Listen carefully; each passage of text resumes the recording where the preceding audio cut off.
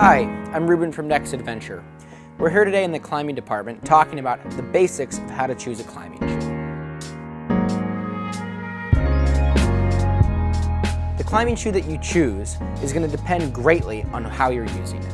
Whether or not you're a beginner climber or an experienced climber, whether you're looking for a bouldering shoe, a sport climbing shoe, a trad shoe, a multi-pitch shoe, an indoor shoe, or an outdoor shoe. Here at Next Adventure, we have a huge selection of climbing shoes. Ultimately, the most important thing is how the shoe fits you and that it fits your foot correctly.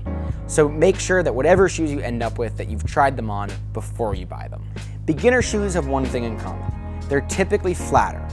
Flatter shoes are going to be more comfortable, and while you don't get the power that you get out of a very downturned, aggressive shoe, they're much more comfortable to wear for all-day use, and it allows the climber to focus on the other aspects of climbing. This is for the person who's been climbing in the gym a fair amount, has been renting shoes, and is now ready to buy their own pair. We have a very large selection of flat shoes at Next Adventure. However, there are a few important distinctions you want to make. The first one is going to be laces versus Velcro. Sport climbers typically prefer lace shoes because they're wearing the shoes for a longer period of time, and laces allow them to get them tighter in certain areas and have a larger range of adjustment. Boulderers often like Velcro shoes because they're taking them on and off more frequently, and they're a little bit faster to pull on and off. Climbing shoes are going to be made out of either leather or synthetic leather, although there are some now that are made of a synthetic mesh knit. Synthetic shoes typically don't stretch quite as much as leather ones will, and lined shoes don't stretch nearly as much as unlined shoes. If you're not sure what a certain shoe is made out of or whether or not it's lined, feel free to ask a sales associate here at Next Adventure. Once you've worn out your first pair of shoes, or it's time for a more aggressive shoe, come on back and we'll help you find the right shoe. From here, you're going to have a much better sense of what kind of shoe it is you're looking for, whether or not you want a stiffer, edging shoe or something that's much softer and more downturned. Stiff, somewhat downturned shoes are great edging shoes because the torsional rigidity allows you to balance a lot of weight on the inner edge.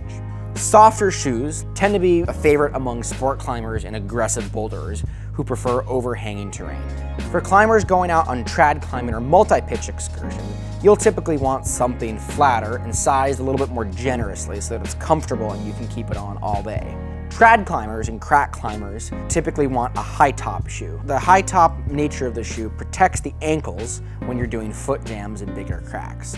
Different brands use different kinds of rubber across their lines and use different rubber in different shoes. Think about how you're going to use the shoe, whether or not you want something flatter, more downturned, a high top, and think about the closure system you want, whether it's a lace, a Velcro, or a slipper, as well as the material, whether you want leather or synthetic, lined or unlined.